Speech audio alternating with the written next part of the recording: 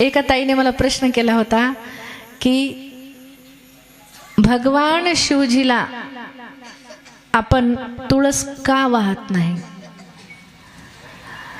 महिला मंडळ तुम्ही पूजा करता शिवलिंगाची, शिवलिंग कुठे ठेवता हो पूजेच्या वेळेस?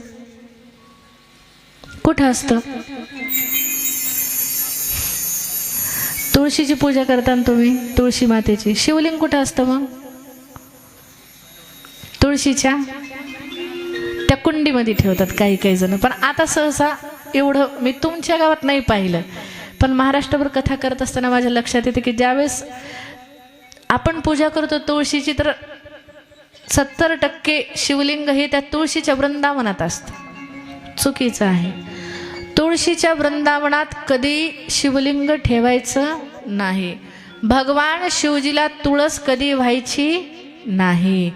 गणपती बाप्पाला तुळस व्हायची नाही।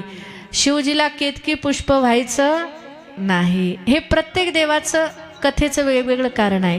तर भगवान शिवजीला तुळस का वाहू नये? लक्ष माझ्याकडे असू द्या। जालंधर नावाचा दैत्य होता, देवी देवतांना सळो की पळो केलं होतं, एवढा त्रास द्यायचा। पण जालंधरची पत्नी हिचं नाव वृंदा होतं। एवढी भगवान श्री हरी विष्णूची प्रिय भक्त होती, सतत भगवान श्री हरी विष्णूचं नामस्मरण करायची।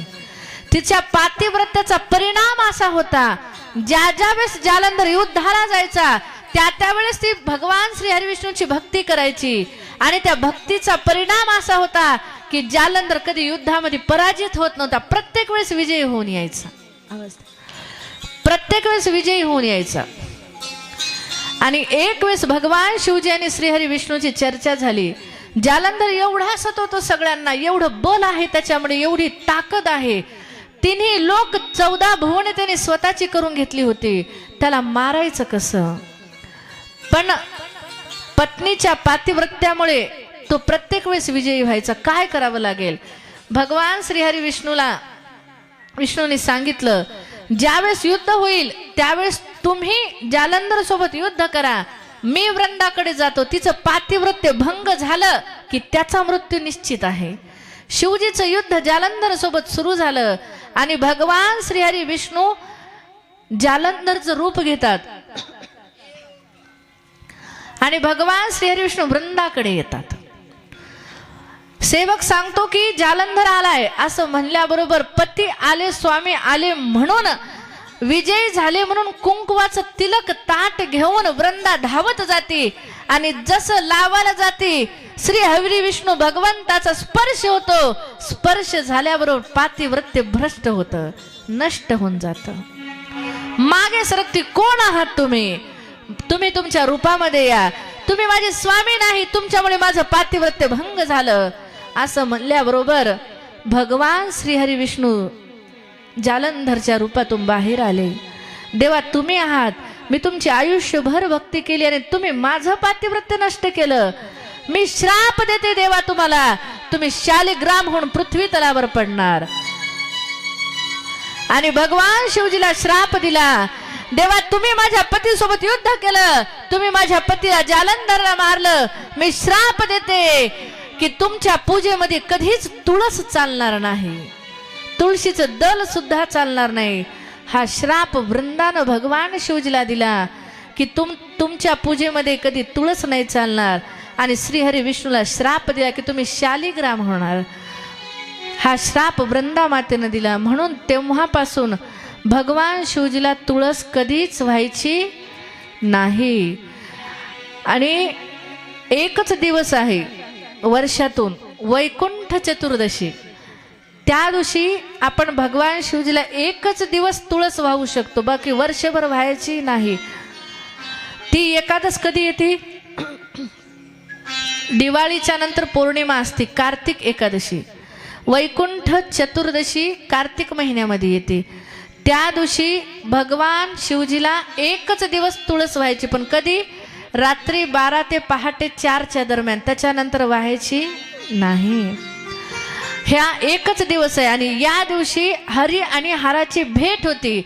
भगवान श्रीहरी विष्णू आणि भगवान शिवजीची भेट होती, म्हणून त्या दिवशी वैकुंठ चतुर्थीच्या दिवशी भगवान शिवजीला तुळस व्हायची आणि भगवान श्रीहरी विष्णूला बेलपत्र व्हायचं.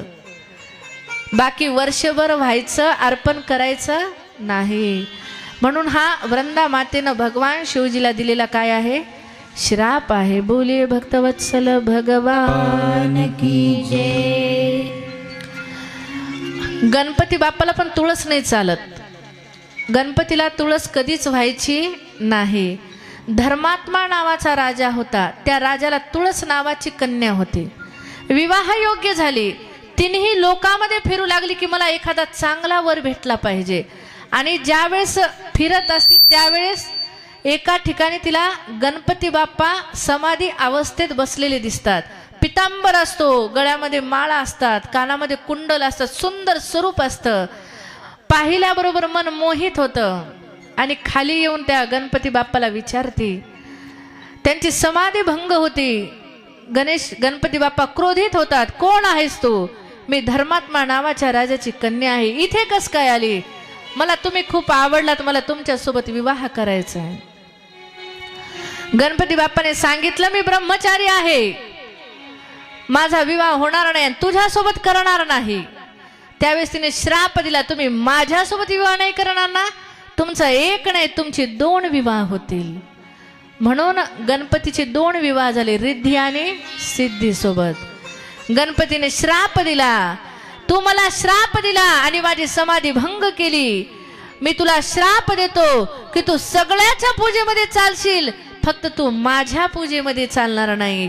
म्हणून तुळशीला तुळस ही गणपती बाप्पाला कधीच अर्पण करायची नाही. गणपती बाप्पाला लाल फूल खूप आवडतं. तुम्ही जेवढं गणपतीची पूजा करणार त्यावेळेस लाल फूल अर्पण करायचं, दुर्वा अर्पण करायची. दुर्वा अर्पण केल्यानंतर आपण जे मागणार गणपती बाप्पाला, ती गणपती बाप्पा आपली सगळ्यांची इच्छा काय करतील?